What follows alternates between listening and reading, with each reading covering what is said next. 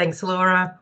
Hi, everyone. I hope you can hear me. I'm just checking that on my other screen I've unmuted myself, which I have.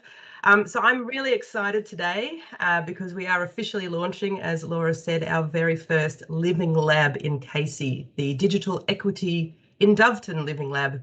And so what we're doing is we are inviting you to apply to be a partner to help us pilot solutions in our Living Lab that can help address this very complex issue that we've discussed in the last hour. We are looking for partners across different areas like in research, industry, public sector and so on to work with us to help solve digital equity related challenges. And specifically, we're looking for solutions that are innovative and new for us and may not necessarily have been thought of or seen before here in Casey. So as you can see in the picture, the physical Living Lab will be hosted at Autumn Place in Doveton. That's a community hub there, and some of you on the call may be familiar with it. And as the Living Lab concept encourages us to work through community challenges in practice with our community members, what better place than here at the community hub to address digital equity issues for this area. Next slide, please, Laura.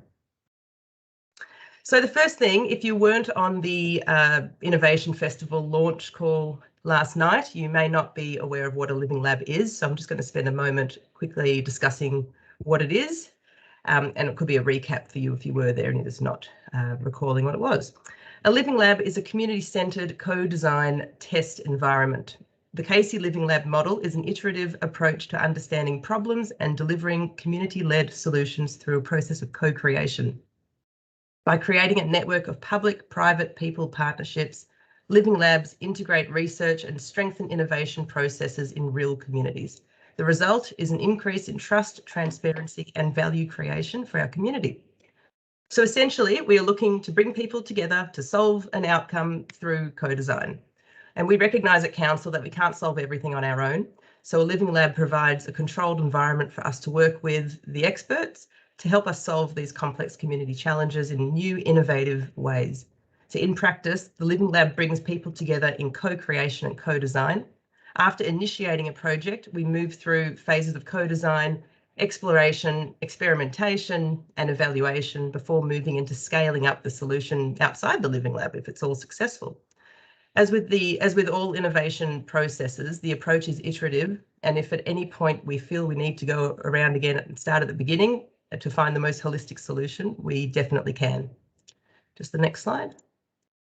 So the second thing you might be wondering is why have we chosen Doveton to be the site of our Digital Equity Living Lab? And some of this data was already discussed through Indigo's fantastic presentation, so I won't go over it in too much more detail, but it's important to note that we were working with the 2020 ADII data and the southeast region of Victoria, which includes Casey, ranked below the Victorian and Australian averages when it comes to digital inclusion. And also to compound this issue, as I think others on the call have mentioned already, several Casey communities are already disadvantaged in other areas like low socioeconomic status, low levels of education, high unemployment and profound disability. When we look at what we did talk briefly about the census data, it was mentioned earlier. So looking back at the 2016 census data, when we had the question in there, does any member of this household access the internet from this dwelling?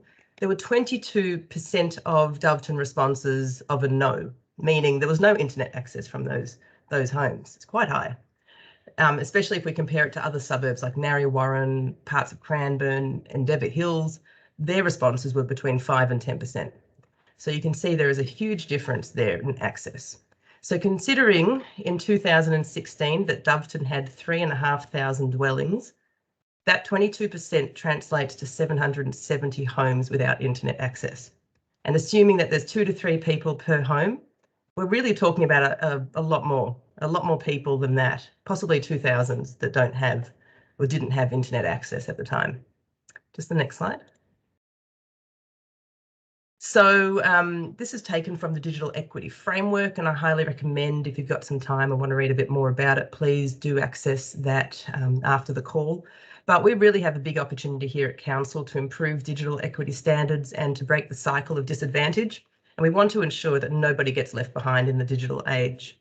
So having a quick look at some of the different people that we surveyed and talked to and worked with to bring the framework about, we've got three personas, as we refer to them. So we've got the culturally and linguistically diverse communities here, where some of their key barriers or their key challenges were around, and unsurprisingly, around language and literacy.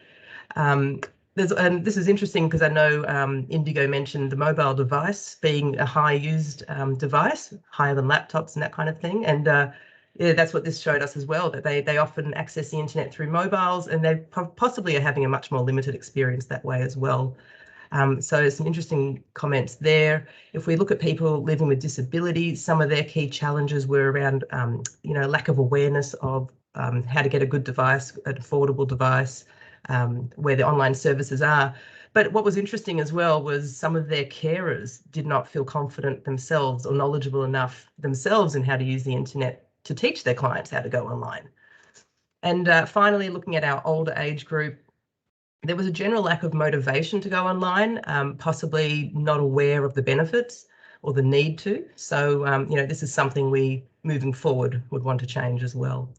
So achieving digital equity, as we've all discussed, it's a really complex issue, and it requires collaborative, comprehensive and holistic approaches to solving it. So that's why, building on all the evidence that came about through the data points we looked at earlier and the digital equity framework, we're launching the Living Lab at Autumn Place in Doveton so that we can address these issues with our community, for our community.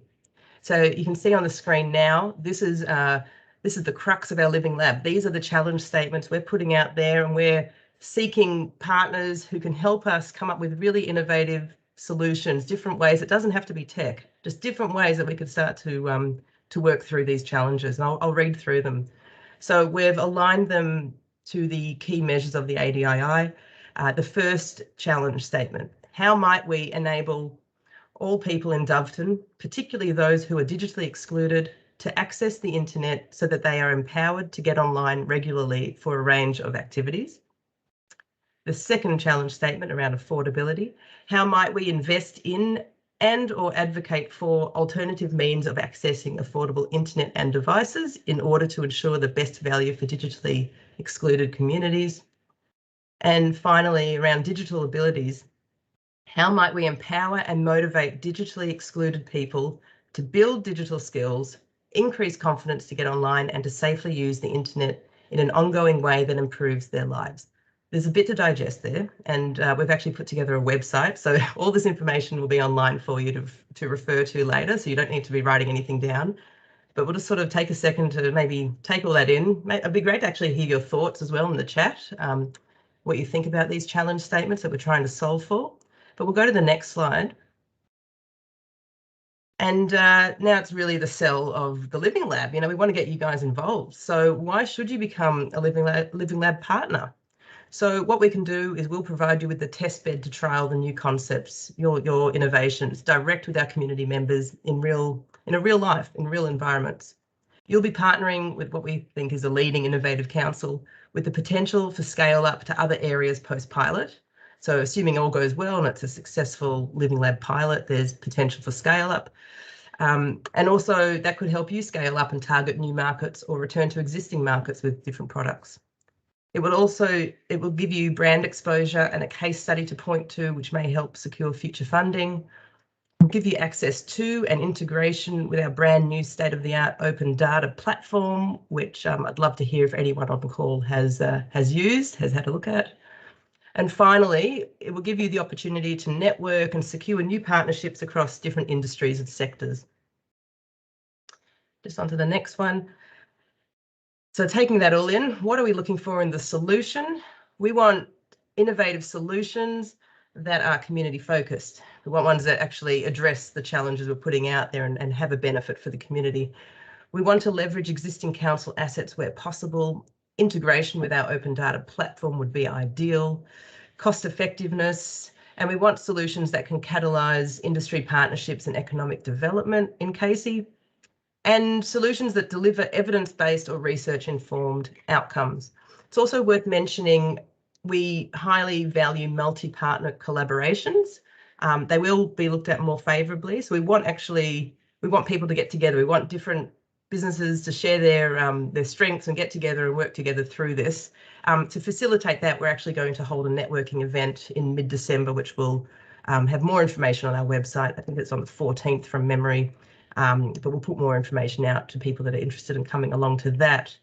And then finally, we would be looking at having our successful partners delivering the outcome of their pilots within 3 to 6 months of being selected, so that we can actually start to feel and live and breathe these amazing innovations as quickly as possible with the community.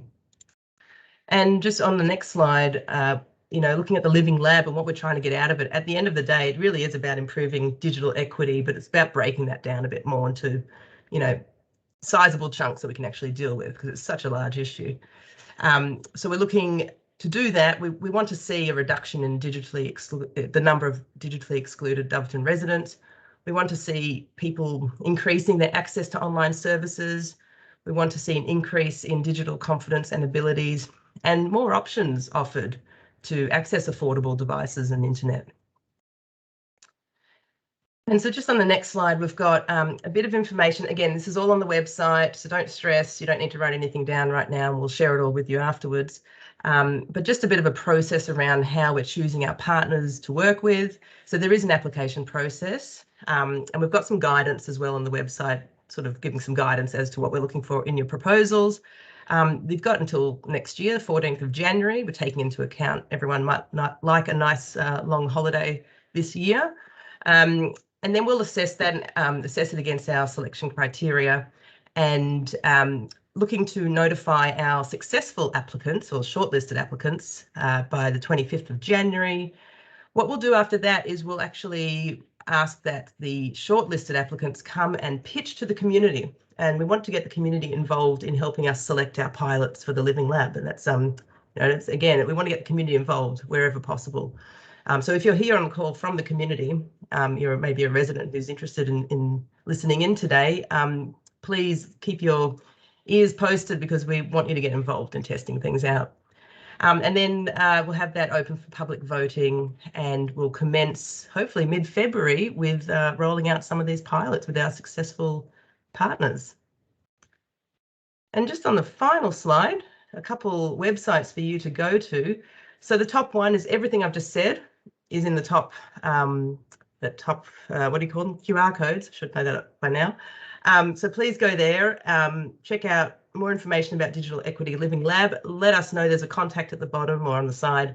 Let us know if there's any questions you have. We will put together some frequently asked questions as well and post those onto the site shortly. But also for everyone to please join our Smart Casey Hub, which is where all this lives, and click the follow button at the top, because we'll use that as a channel to keep you notified of when we're doing co-designing with the community, when there's a solution rolled out at Autumn Place, for example, that we want community members to come and test and be a part of and help us shape. So, join that and stay up to date is the best way. So, yeah, I'll open it up for any questions about the Living Lab or anything else on anyone's mind.